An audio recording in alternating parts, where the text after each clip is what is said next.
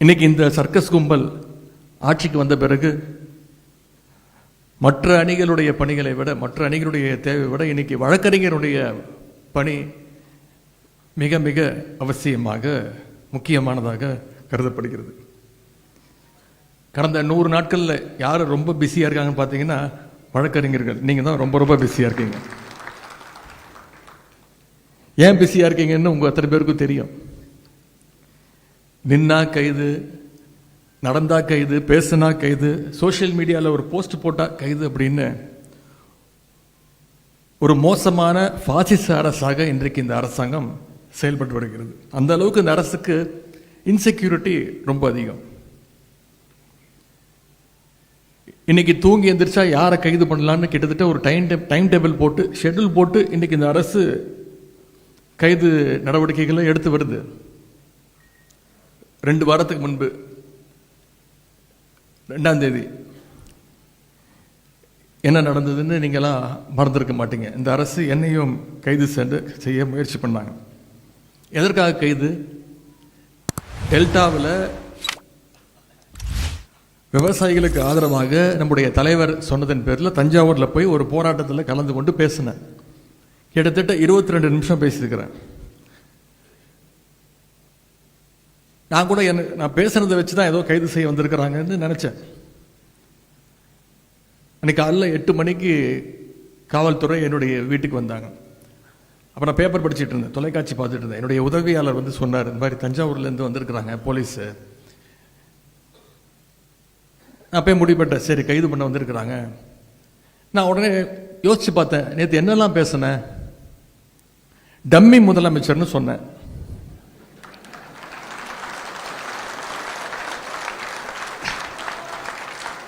அதை ஒத்துக்கிட்டாங்க. அதுக்கு எந்த ரியாக்ஷனும் இல்லை. கேடு கெட்ட அரசு அமைஞ்சிருக்கு, ஒரு வெக்கங்கெட்ட அரசு அமைஞ்சிருக்கு, இதெல்லாம் சொன்னேன். இதற்கெல்லாம் எந்த ரியாக்ஷனும் இல்லை. இதுக்கு தான் கைது பண்ண வந்திருக்காங்கன்னு நான் நினச்சிட்டு இருக்கேன். என்ன சொன்னேன், இது என்ன அப்படி பேசிட்டேன்? டம்மி முதலமைச்சர், வெக்கங்கெட்ட அரசு, கேடு கெட்ட அரசு, எதற்கும் துப்பு இல்லை, தைரியம் இல்லை, விவசாயிகளை இப்படி நடு ரோட்டில் விட்டுட்டீங்க. வேற எதுவுமே நான் சொல்லலை. காவேரியில் தண்ணி வரணும்னு சொன்னேன். இது எனக்கு தோணவே இல்லை. நானே வெளியே போய் காவல்துறை அதிகாரிகள் இருந்தாங்க, வீட்டுக்குள்ளேயே வந்துட்டாங்க. எதுக்கு வந்திருக்கீங்கன்னு கேட்டேன். ஐயா நேற்று நீங்கள் தஞ்சாவூரில் பேசியிருக்கீங்க. ஆமாம் பேசுனேன். அதுக்கு என்னன்னா அது விஷயமா கைது பண்ண வந்திருக்கோம். காலைல 8:15 இருக்கும். சொன்ன வெயிட் பண்ணுங்க, இப்போ தான் எந்திரிச்சிருக்கிறேன். எங்களுடைய வழக்கறிஞர்களுக்கு சொல்லி அனுப்பணும், தலைவர்கிட்ட சொல்லணும்.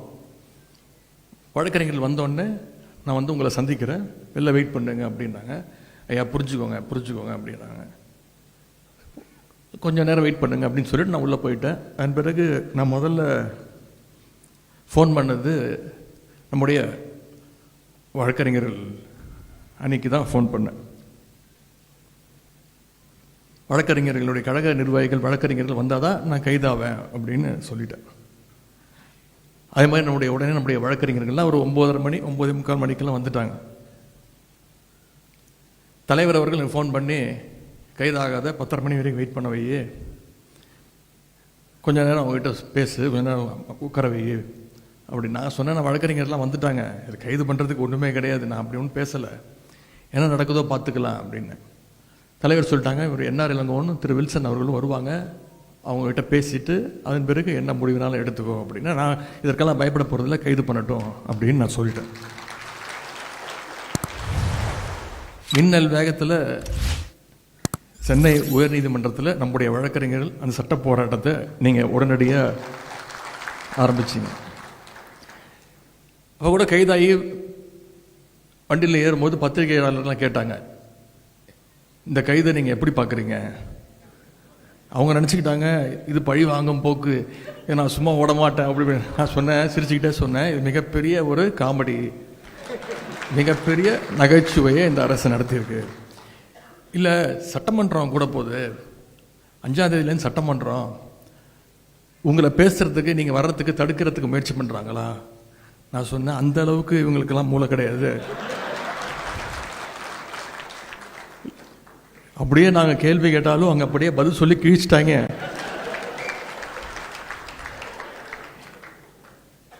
யார் அமைச்சர்னு யாருக்குமே தெரியாதுங்க. யார் சட்டமன்ற உறுப்பினர் இப்போ வரைக்கும் யாருக்குமே தெரியாது.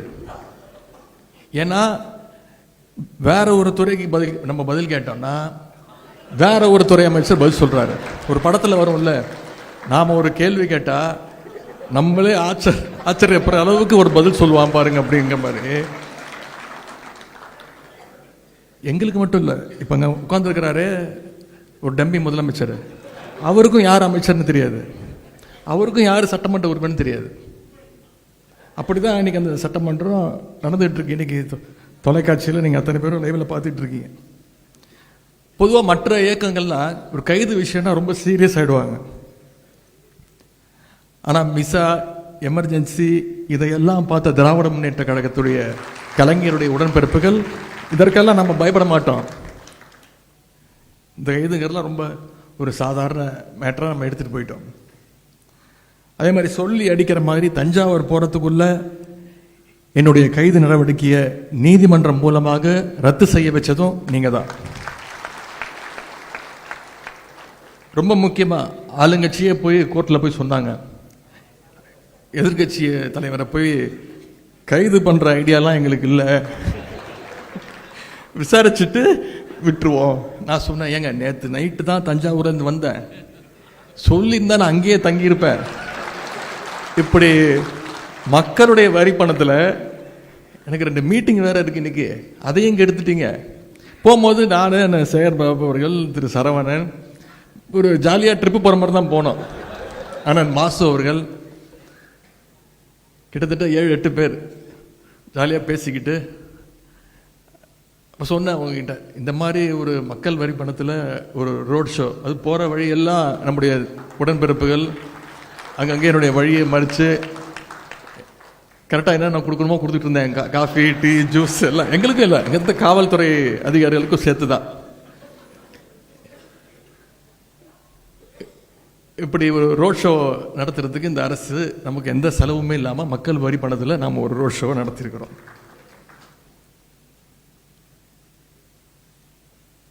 இந்த அரசுக்கு நாம் இந்த இடத்துல ஒரு நன்றியை சொல்லணும்.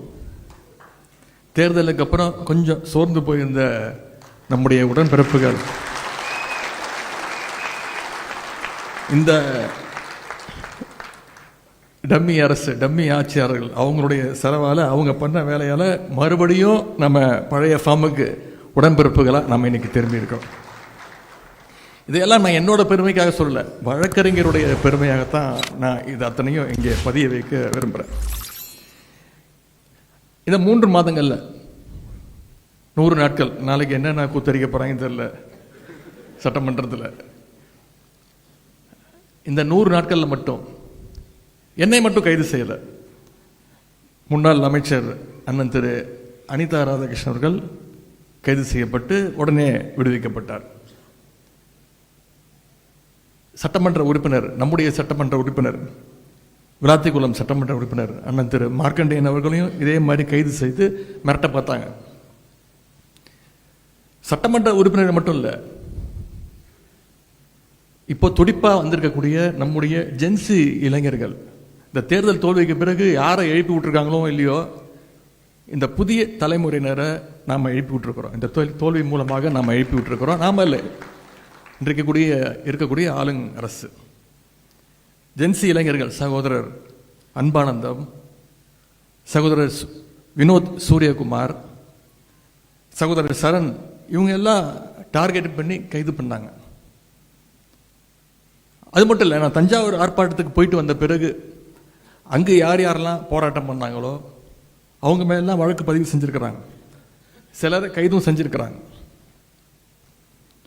இன்னைக்கு அவங்க எல்லாரும் சட்ட போராட்டம் நடத்தி சிறையிலிருந்து அவங்க எல்லாம் மீட்டது யாரும் பார்த்தீங்கன்னா இங்கே வந்திருக்கக்கூடிய வழக்கறிஞர்கள். நீங்கள் தான் அதற்கு காரணம். அந்த பெருமை உங்களுக்கு தான். இந்த சோஃபா மாடல் அரசுக்கு நம்முடைய கழகத்தை பற்றியோ, கழகத்துடைய வரலாறு பற்றியோ, இந்த சட்டத்துறையினுடைய வரலாறு பற்றியோ அவங்களுக்கு இன்னும் முழுசாக தெரியல. கடந்த காலங்களில் முத்தமிழர் கலைஞருடைய கைதாக இருக்கட்டும், நம்முடைய கழக தலைவருடைய கைதாக இருக்கட்டும், இப்படி கழகத்திற்கு எப்பெல்லாம் நெருக்கடி வந்ததோ அப்பெல்லாம் அதை உடைச்சு தவிடுபொடி ஆக்கியது நம்முடைய சட்டத்துறை தான். ஆட்சி அதிகாரத்தில் இருக்கும்போது யார் வேணா யாரை வேணா கைது பண்ணலாம். ஆனால் பவரில் இல்லாத போது, சொல்லப்போனால் எதிர்கட்சியாக கூட இல்லாத போது, ஆட்சி அதிகாரத்திலேயே இருந்த ஒரு முதலமைச்சரையே ஊழல் வழக்கில் சிறைக்கு அனுப்பின துறை நம்முடைய சட்டத்துறை, திமுகவுடைய சட்டத்துறை. இப்படிப்பட்ட பல்வேறு பெருமைகளை கொண்ட உங்களுக்கு இன்னைக்கு வர்ற விஷயங்கள், நீங்கள் பார்க்குற நெருக்கடிகள், இதெல்லாம் மிக மிக சாதாரணமாக தான் நீங்கள் எடுத்துக்கொள்ள வேண்டும். ஆனால் நான் உங்ககிட்ட கேட்டுக்கொள்வதெல்லாம், இந்த 100 நாட்கள் விழிப்போடு இருக்கிறோம், இன்னும் கொஞ்சம் விழிப்போடு நாம் இருக்க வேண்டும். இன்னைக்கு தட்டு தருமாறி பவருக்கு வந்திருக்கக்கூடிய இந்த புதிய கோஷ்டி பார்த்தீங்கன்னா, யாரோ 1 சீட்டுக்கட்டில் 1 இருக்கும், 2 இருக்கும் ஜோக்கரு. இங்கே 52 ஜோக்கரு.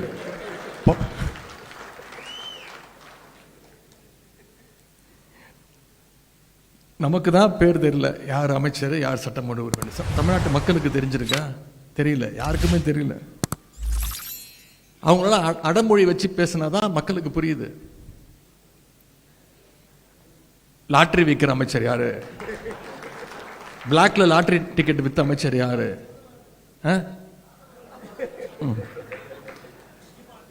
திருட்டு விசிடி வித்த அமைச்சர் யாரு? உருட்டுக்கட்ட அமைச்சர் யாரு? பவுடர் போடுற அமைச்சர் யாரு? காக்கி டவுசர் அமைச்சர் யாரு? சங்கி அமைச்சர் யாரு? இப்ப கிட்டத்தட்ட கலந்துரையாடல் ஆயிடுச்சு.